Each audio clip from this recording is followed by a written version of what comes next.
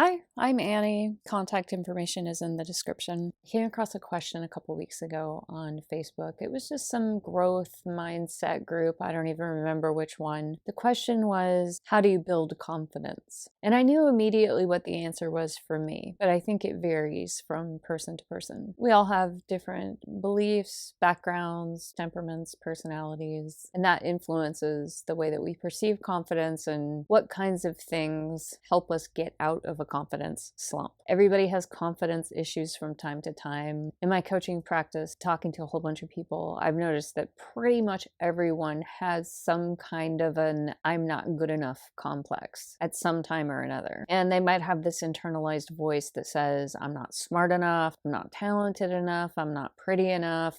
Any version of that in some way boils down to I'm not good enough. And most people have those thoughts from time to time. And it can affect your confidence and your self-esteem. So I saw this question on Facebook and I knew immediately what my answer is and what works for me. But I'm really curious how other people perceive that confidence issue and what do you do to give yourself a confidence boost when you need one? Because I'm sure we all have different answers. So my answer is to set goals that I know I can achieve and achieve them. That makes me feel more confident. After I achieve some little goals, then I can create bigger goals and just keep on achieving. And after reading this post on Facebook and giving my answer, I was just reflecting on myself and I realized that I really wasn't feeling very confident. I was kind of having a confidence slump at that time. And so I was just sort of reevaluating my life and my habits to try to think of a way that, I could give myself a confidence boost. So here's what I did.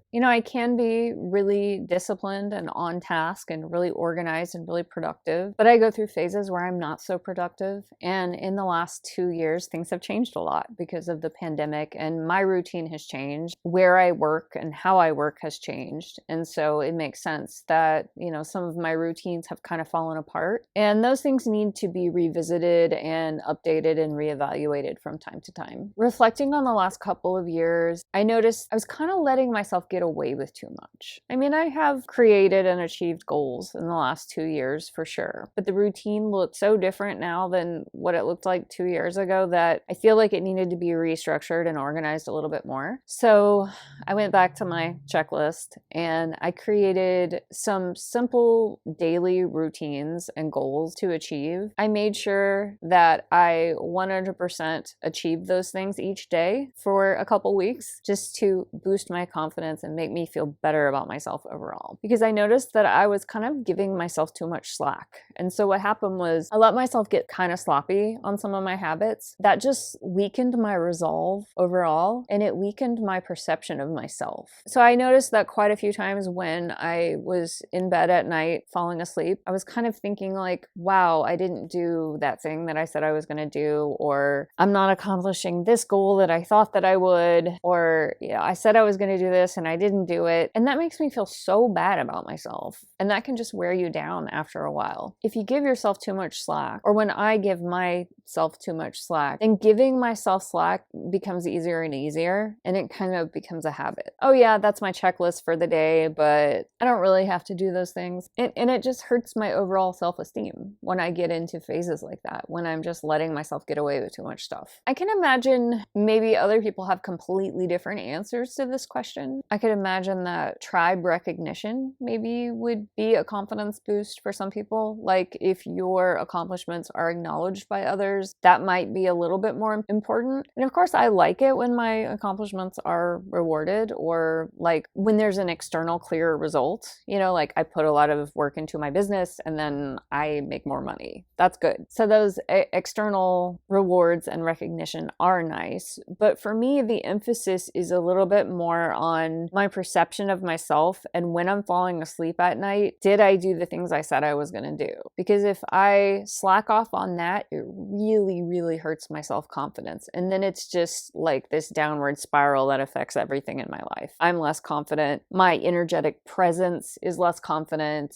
I make less money. And, it's just a bad cycle to be stuck in. So when I think about cleaning up my habits and kind of reevaluating them, I always put health and wellness first because I feel like it's such a huge lever. I think of it in terms of Maslow's hierarchy of needs. So on the bottom, you have like food and shelter. I'm very privileged. I have a roof over my head. I have food, so that's not like a major concern. If it was, then that would be the first priority. But then moving up the pyramid a little bit, I think there's just like health and wellness, not just basic health, but your kind of more optimized health. You know, how's your cardiovascular health? How strong are you? How flexible? You know, how well do you feel in terms of physically and mentally? And of course, I have loftier goals, you know, that are beyond that. But I just feel like the physical ones are such a powerful lever, because if you have your physical health and wellness, then everything above it in that pyramid, all that self-actualization stuff, you know, the financial stability and, you know, relationships and family life, and then, you know, achieving whatever your life purpose is, everything above the physical fitness is improved by being physically well. And so I always make that a priority. And it really helps me to do it first in the day. Before I get distracted by other things, just get the exercise done. So I've been doing some cardio and some strength training. I do save the stretching for later in the day, just because it's a relaxing way for me to unwind, to do like 20 or 30 minutes of stretching. So I created these physical goals of cardio, strength, flexibility to do every day. And then the other goal that I set was just some little daily improvements to focus on my massage therapy business, because I've sort of slacked off in terms of marketing the massage therapy business during the pandemic, because everything was just like so crazy and weird. And my business also was just sort of running off of the momentum of all the work that I put into my search engine optimization pre-pandemic. So it was still doing pretty well. People are finding me on Google. And that just had enough momentum that it sort of carried me through. When you're a small business owner, you always need to have some kind of funnel. Like, even if you're busy, you need to be funneling new people in